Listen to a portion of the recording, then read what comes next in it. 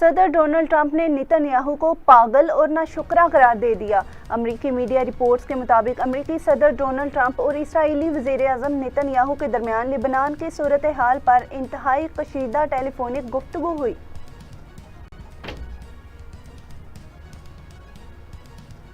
ایرانی پارلیمنٹ کے اسپیکر محمد باقر کالباف نے خبردار کیا ہے کہ اگر لبنان پر حملے بند نہ ہوئے تو امریکہ کے ساتھ مذاکرات روک دیں گے۔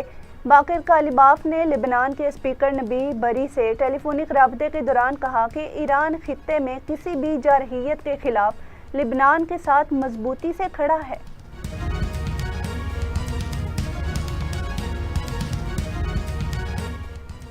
مشرق وسطیٰ میں جاری کشیدگی کے اثرات عالمی معیشت پر بھی نمایاں ہونے لگے ہیں، جس کے باعث عالمی منڈی میں خام تیل کی قیمتوں میں اتار چڑھاؤ کا سلسلہ جاری ہے۔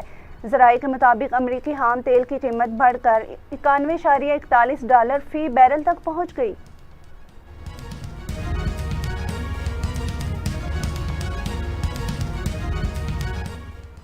پاکستان نے لبنان پر اسرائیلی حملوں کی شدید مذمت کرتے ہوئے عالمی قوانین کی خلاف ورزی قرار دے دیے۔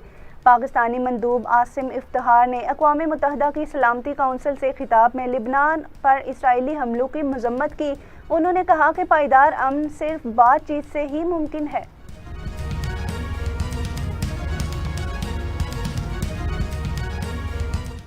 اسرائیل کی وزارت دفاع نے پیر کے روز الزام عائد کیا ہے کہ فرانس نے پیرس میں منعقد ہونے والی ایک بڑی بین الاقوامی اسلحہ نمائش میں اسرائیلی حکومتی عہدیداروں کی شرکت پر پابندی عائد کر دی ہے۔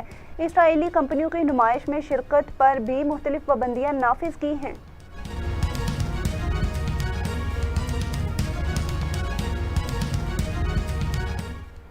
کراچی سے راولپنڈی جانے والی تیز گام ایکسپریس کی پاور وین میں آگ لگ گئی۔ ریسکیو نے موقع پر پہنچ کر آگ پر قابو پایا۔ چیئرمین ریلوے نے واقعے کی تحقیقات کے لیے کمیٹی تشکیل دے دی، جو 7 روز میں رپورٹ پیش کرے گی۔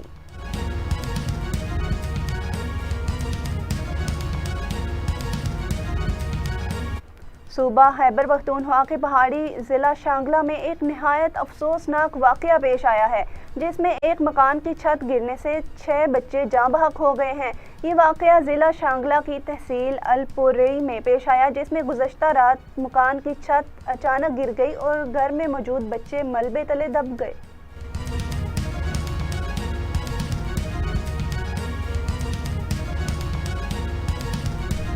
اور محکمہ موسمیات نے آج سے 5 جون تک پنجاب کے بیشتر اضلاع میں آندھی اور بارش کی پیش گوئی کر دی۔ محکمہ موسمیات کے مطابق آج سے مغربی ہواؤں کا سلسلہ ملک کے بالائی علاقوں میں داخل ہوگا۔ پنجاب میں چند مقامات پر موسلادھار بارش اور ژالہ باری بھی ہو سکتی ہے۔